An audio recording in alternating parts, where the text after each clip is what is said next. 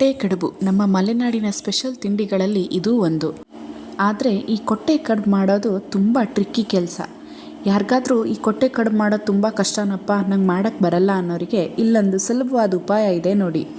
ಬಾಳೆ ಎಲೆನ ಹೀಗೆ ರೋಲ್ ಮಾಡಿಕೊಂಡು ನಿಮ್ಮನೇಲಿರೋ ನೀರು ಕುಡಿಯೋ ಲೋಟದೊಳಗೆ ಹೀಗೆ ಇಳಿಸ್ಕೊಳ್ಳಿ.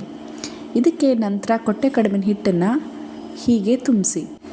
ಹೀಗೆ ಮಾಡೋದ್ರಿಂದ ಕೊಟ್ಟೆ ಕಡುಬು ಮಾಡಿದಾಗ ಏನು ಬಾಳೆ ಎಲೆ ಸ್ಮೆಲ್ ಕೊಟ್ಟೆ ಕಡುಬಲ್ಲಿ ಬರುತ್ತಲ್ಲ, ಸೇಮ್ ಅದೇ ಥರ ಫೀಲ್ ಕೊಡುತ್ತೆ. ಅದೇ ಥರ ಬಾಳೆ ಎಲೆ ಘಮ ಕಡುಬಲ್ಲಿ ಸಿಗುತ್ತೆ.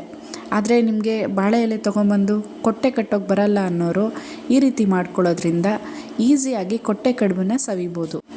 ಈಗ ಹಿಟ್ಟು ತುಂಬಿದ ಲೋಟಗಳನ್ನ ನೀವು ಇಡ್ಲಿ ಹೇಗೆ ಹಬೇಲಿ ಬೇಯಿಸ್ಕೊಳ್ತೀರಲ್ಲ ಹಾಗೆ ಹಬೇಲಿ ಬೇಯಕ್ಕಿಡಬೇಕು.